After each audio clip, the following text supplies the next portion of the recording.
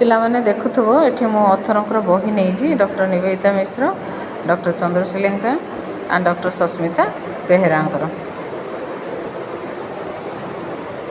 ପିଲାମାନେ ଆଜି ମୁଁ ତୁମମାନଙ୍କୁ +2 ସେକେଣ୍ଡ ଇୟର ହୋମ୍ ସାଇନ୍ସ ବା ଗୃହ ବିଜ୍ଞାନର ଆନୁଆଲ୍ ଏକ୍ଜାମ୍ର ପସିବୁଲ୍ କ୍ୱେଶ୍ଚିନ୍ ବିଷୟରେ ଆଲୋଚନା କରିବି। ତୁମେ ଜାଣିଛ ପିଲାମାନେ क्वेश्चन पैटर्न साधारणतः यही भाव आसो। देख देती निम्नलिखित विकल्प मध्य ठीक उत्तरटी बाछि शून्य स्थान पूरण कर। ये क विभाग से कौन हम ना 4टी ऑप्शन दे चारोटी ऑप्शन कौन कर तुमको गोटे विकल्प बाछा हम। तापर आसला ख विभाग। ख विभाग भी से भाया जेकोसी प्रश्न उत्तर 2 बा 3टी। तो परीक्षा देला बेलू बेसी ध्यान दब जे से कौन लिखिं 2 बा 3टी वाक्यर उत्तर बा 6टी वाक्यर उत्तर कौन से लिखिं सेटा को बार बार पढ़। जदि 2 बा 3टी वाक्य लिखिं तुम 3टी वाक्य निश्चिंत उत्तरटी लिख। जदि से लिखिं 6टी वाक्य तुम 6टी वाक्य ही लिख। तापर आसवा पिलाने देख क्वेश्चनटा ग विभाग जोटा कि आगर पुराणा पैटर्न रे दीर्घ उत्तरमूलक प्रश्नर उत्तर लेख। एठी से देछि जेकोसी 3 गोटी प्रश्न उत्तर दिया माने ये हूँ सबुठ लॉन्ग क्वेश्चन जोटा कि वर्तमान 5 मार्क हो जाए। तो वर्तमान देखा देख प्रत्येक प्रश्न उत्तर 2 बा 3टी वाक्य लेख। तो तार संभावना प्रश्न गुड़िक कौन कौन ना परिपूर्ण पुष्टिसार क्या कहुए स्नेह सारर मुख्य कार्यगुड़िक उल्लेख कर। जीवसार घर मुख्य कार्य लेख। आयोडीन कार्य उल्लेख कर। पुष्टिसारर अभाव जनित रोग गुड़िक लेख। खाद्यर श्रेणी विभाग कर। जीवसार कर अभाव जनित रोग उल्लेख कर। जीवसार केर कार्य 2टी लेख। लोहर मुख्य उत्स गुड़िक लेख। अंधार कणा कहले तुम्हें कौन बुझ। क्वासियकर क्यों कारण हुए वो क्या हुए। ऑस्ट्रियो मालेशिया कौन। आर्द्र बेरीबेरी कौन। शैशव अवस्था बेरीबेरी क्या हुए वो कहीं हुए। स्कर्वी कହାର एक अभाव जनित रोग अटे। शिशु मानक कैल्शियम आवश्यकता कहीं रही। सरल स्नेह सारर उदाहरण लेख। जलद्रवणीय जीवसार गुड़िक उल्लेख कर। जांतव मुंड क्या कहुए। रक्तहीनता कहीं हुए। ये 2टा बहुत कॉमन क्वेश्चन जोटा परीक्षा रे आसे। एप्रति तुम बेसी ध्यान दब। जांतव मुंड से जांतव मुंड कौन कर 1 मार्क हो 2 मार्क हो 3 मार्क हो जहाँ भी हो जांतव मुंडटा परीक्षा रे पकेब। तो रक्तहीनता कहीं हुए।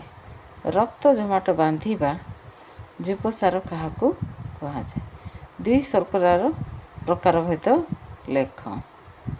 अपरिहार्य अमीनो अम्लर उदाहरण दे लेख।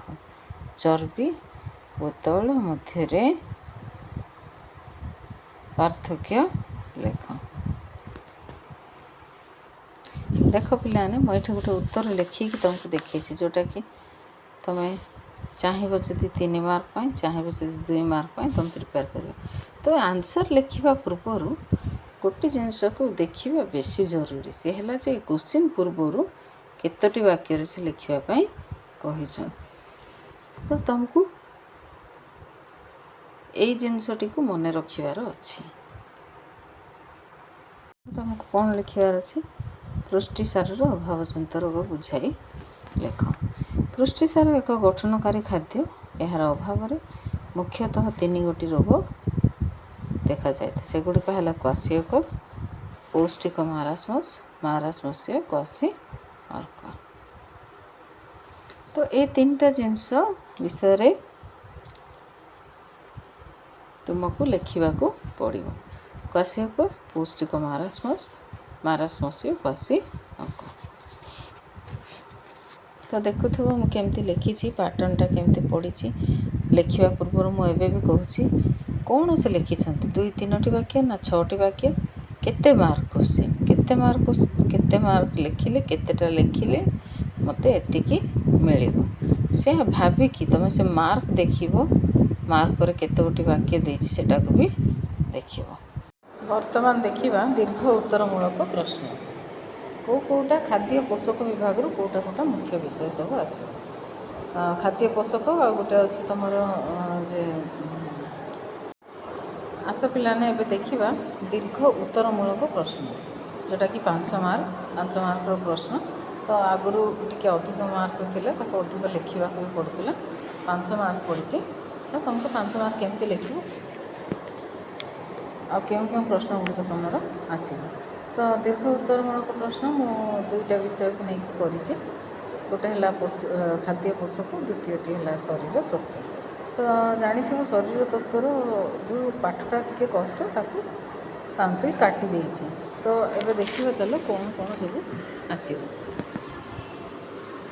ଦେଖ ଦୀର୍ଘ ଉତ୍ତରମୂଳକ ପ୍ରଶ୍ନ। ତ ପ୍ରଶ୍ନ ହେଉଛି ଜୀବସାରର ଶ୍ରେଣୀ ବିଭାଗ କର ଓ ଜୀବସାର ଘର ଅଭାବଜନିତ ରୋଗ ବିଷୟରେ ଆଲୋଚନା କର। ଜୀବସାରର ସଂଜ୍ଞା ଲେଖ, ଜୀବସାର କର ଉତ୍ସ କାର୍ଯ୍ୟ ଅଭାବଜନିତ ରୋଗ ଗୁଡ଼ିକ ବୁଝାଇ ଲେଖ। ତ ତୁମକୁ ଏ 2ଟା କୋଶ୍ଚିନ୍ ମୁଁ ଏଇଥିପାଇଁ ଏମିତି ଲେଖିଛି, ଯେହେତୁ ସେ ଜୀବସାର ଯେଉଁ କ୍ଲାସିଫିକେସନ୍ ଅଛି, ଜଳ ଦ୍ରବଣୀୟ ଜୀବସାର, ସ୍ନେହସାର ଦ୍ରବଣୀୟ ଜୀବସାର, ତ ସେ 2ଟାକୁ ମେ ବି ସର୍ଟରେ ଆସିପାରେ। ଏମିତି ପଢ଼ିଥିଲେ ତୁମେ ସର୍ଟରେ ବି ଲେଖିପାରିବ, ଲଙ୍ଗରେ ବି ଲେଖିପାରିବ। ତ ଭିଟାମିନ୍ ଯେଉଁ ଅଛି A, D, E, K, C, B complex ଏଗୁଡ଼ାକ ଯେଉଁ ଅଛି, ତାରି ଭିତରୁ ତୁମକୁ ଏଟା ନିହାତି ପଢ଼ିବାର ଅଛି। A,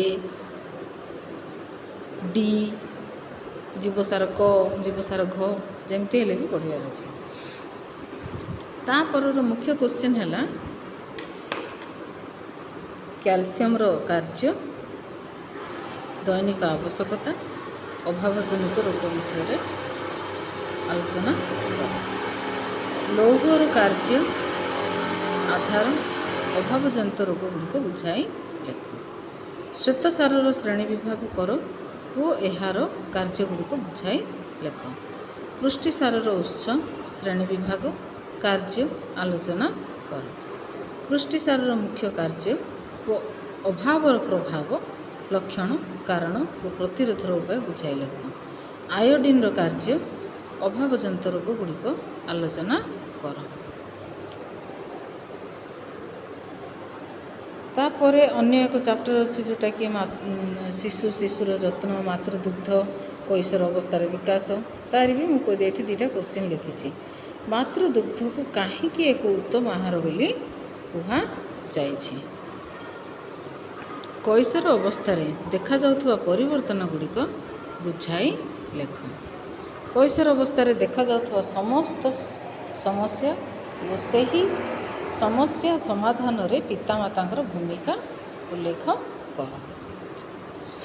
ତାପରେ ତୃତୀୟ ୟୁନିଟ୍ରେ ଅଛି ସଞ୍ଚୟ, that is also very important. ତ ତୁମକୁ ସଞ୍ଚୟ, ଏ ମାତୃଦୁଗ୍ଧ, କୈଶୋର ଅବସ୍ଥାରୁ ଏଇ 2ଟା ଯେମିତି 3ଟା ପ୍ରିପେୟାର କରିବ। ସଞ୍ଚୟ, ଅର୍ଥ ପରିଚାଳନା, ଏ ପାଠରୁ ତୁମକୁ କ'ଣ ପ୍ରଶ୍ନ ଆସିବ ଦୀର୍ଘ ଉତ୍ତରମୂଳକ, ଯେଉଁଟା 5 ମାର୍କର। ସଞ୍ଚୟ କାହାକୁ କୁହାଯାଏ? ସଞ୍ଚୟର ଗୁରୁତ୍ୱ ଉଦାହରଣ ସହ ବୁଝାଇ ଲେଖ। ଆୟ କେତେ ପ୍ରକାରର?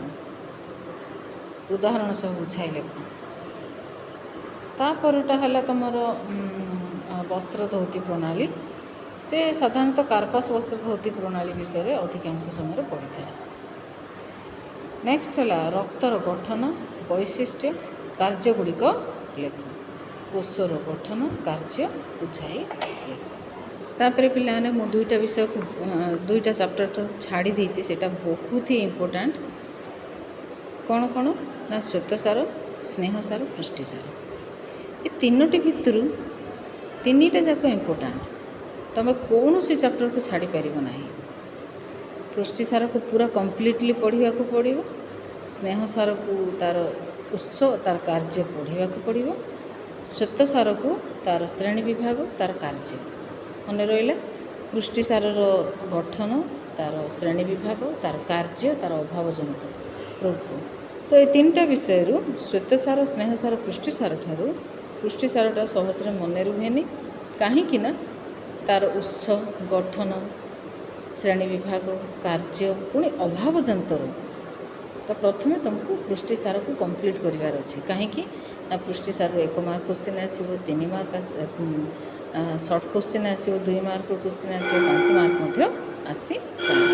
ତ ଯେଉଁ ଦୀର୍ଘ ଉତ୍ତରମୂଳକ ତୁମେ କେମିତି ଲେଖିବ, ଆସ ଦେଖ। ମୁଁ ଗୋଟେ ଆନ୍ସର୍ଟେ ଲେଖିଛି, ତୁମେ ସେଭଳି ଲେଖିବାକୁ ଚେଷ୍ଟା କରିବ। ଶ୍ୱେତସାରର ଉତ୍ସ, ଶ୍ରେଣୀ ବିଭାଗ ଓ କାର୍ଯ୍ୟ ବୁଝାଇ ଲେଖ। ଶ୍ୱେତସାର ଏକ ସ୍ଥୂଳ ପୋଷକ ଓ ଶକ୍ତି ପ୍ରଦାନକାରୀ। ଆବଶ୍ୟକ ହେଉଥିବା ସମସ୍ତ ଶକ୍ତିର 70ରୁ 80% ଶ୍ୱେତସାର ଠାରୁ ମିଳିଥାଏ। ଏହା ଅଙ୍ଗାରକ, ଉଦ୍ଜାନ ଓ ଅମ୍ଳଜାନକୁ ନେଇ ଗଠିତ। ଏଥିରେ ଉଦ୍ଜାନ ଓ ଅମ୍ଳଜାନର ପରମାଣୁ 2:1 ରହିଥାଏ।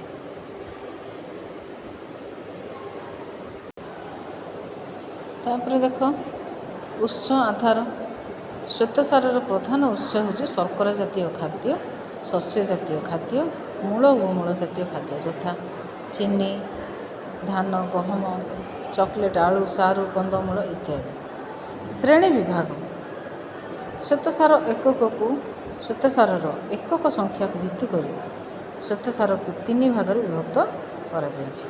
ଗୋଟେ ହେଲା ମୋନୋସାକାରାଇଡ୍, ଡାଇସାକାରାଇଡ୍, ପଲିସାକାରାଇଡ୍। 1 ଶର୍କରା, 2 ଶର୍କରା, ବହୁ ଶର୍କରା। ଯେଉଁ ଯୌଗିକରେ ଶ୍ୱେତସାର ଏକକ ଗୋଟିଏ ଥାଏ ତାହାକୁ 1 ଶର୍କରା ବା ମୋନୋସାକାରାଇଡ୍ କହନ୍ତି। ଏହାଠୁ ଅଧିକ ସରଳତମ ଶର୍କରା ନାହିଁ। ଫଳ, ଦ୍ରାକ୍ଷରୁ ମିଳୁଥିବା ଗ୍ଲୁକୋଜ୍, ଫୁଲର ମଧୁ, ପାଚିଲା ଫଳ, ଗୁଡ଼ରୁ ମିଳୁଥିବା ଫ୍ରୁକ୍ଟୋଜ୍, ଅନ୍ତନଳୀରେ, ଏଇଟା 1 ମାର୍କିଆ ବି କ୍ୱେଶ୍ଚିନ୍, ଅନ୍ତନଳୀରେ ହୋଇଥିବା ଗ୍ୟାଲାକ୍ଟୋଜ୍ ଏହାର ଅନ୍ତର୍ଭୁକ୍ତ। ତ 1 ମାର୍କିଆ କ୍ୱେଶ୍ଚିନ୍ କ'ଣ ଆସିବ? Glucose, fructose and ଗ୍ୟାଲାକ୍ଟୋଜ୍।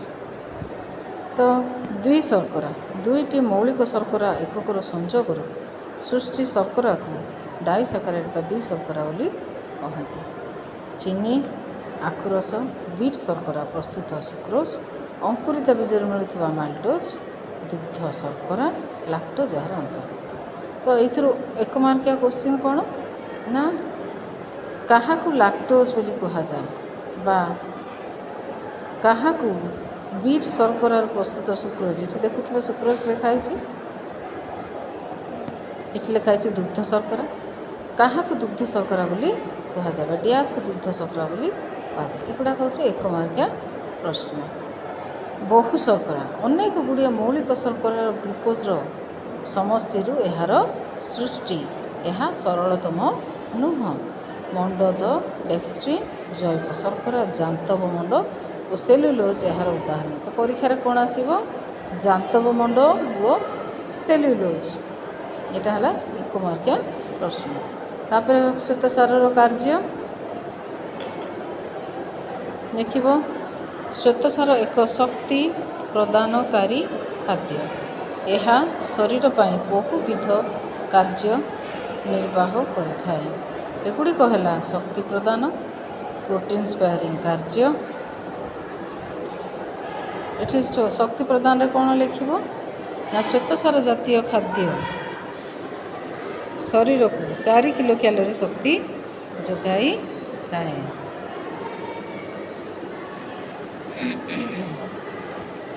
ପୃଷ୍ଟିସାରର ମୁଖ୍ୟ କାର୍ଯ୍ୟ ହେଲା ପ୍ରୋଟିନ୍ ସ୍ପେୟାରିଂ କାର୍ଯ୍ୟ। ତ କିଏ କରିବ ନା ଶ୍ୱେତସାର, ଏଠି ଲେଖା ହେବ ପୃଷ୍ଟିସାରର ମୁଖ୍ୟ କାର୍ଯ୍ୟ ହେଲା ଶରୀରର ବୃଦ୍ଧି ବିକାଶ କରିବା, କିନ୍ତୁ ଶ୍ୱେତସାର ସ୍ନେହସାରର ଅନୁପସ୍ଥିତିରେ ଏହା ଶରୀରକୁ ଶକ୍ତି ଯୋଗାଇଥାଏ। ନମ୍ବର 3 ହେଲା ସ୍ନେହସାରର ଉପଯୋଗ। ଖାଦ୍ୟରେ ଥିବା ଶ୍ୱେତସାର ଅଧିକ ସ୍ନେହସାର ବିଘଟନକୁ ପ୍ରତିହତ କରେ। ଖାଦ୍ୟରେ ଶ୍ୱେତସାରର ଅଭାବ ହେଲେ ଶରୀରରୁ ଶକ୍ତି ଚାହିଦା ପୂରଣ ହେବା ସକାଶେ ଅଧିକ ପରିମାଣର ସ୍ନେହସାର ବିଘଟନ କରେ। ଅପପୁଷ୍ଟିତାରୁ ଶରୀରକୁ ରକ୍ଷା କରେ। ଏହା ଶରୀରରୁ ଶକ୍ତି ଯୋଗାଇବା ସହ ଅଣପୋଷକରୁ ରକ୍ଷା କରିଥାଏ। ଅନ୍ତନଳୀ କାର୍ଯ୍ୟରେ ସହାୟତା। ସ୍ତନ୍ୟପାୟୀଙ୍କ ଅନ୍ତନଳୀରେ ଲାକ୍ଟୋଜ୍ ଶର୍କରା ଏକ ଗୁରୁତ୍ୱପୂର୍ଣ୍ଣ ଭୂମିକା ଗ୍ରହଣ କରିଥାଏ। ଏହା ସେମାନଙ୍କୁ ଅନ୍ତନଳୀରେ ଥିବା ଅଣୁଜୀବ ଯେଉଁମାନେ ଜୀବସାର ବି ସଂଶ୍ଳେଷଣ କରନ୍ତି ସେମାନଙ୍କୁ ଶକ୍ତି ଯୋଗାଏ। ଅନ୍ତନଳୀରୁ କ୍ୟାଲସିୟମ ଶୋଷଣରେ ସାହାଯ୍ୟ କରେ ଓ ଅନ୍ତନଳୀକୁ ସୁରକ୍ଷା ମଧ୍ୟ ପ୍ରଦାନ କରିଥାଏ।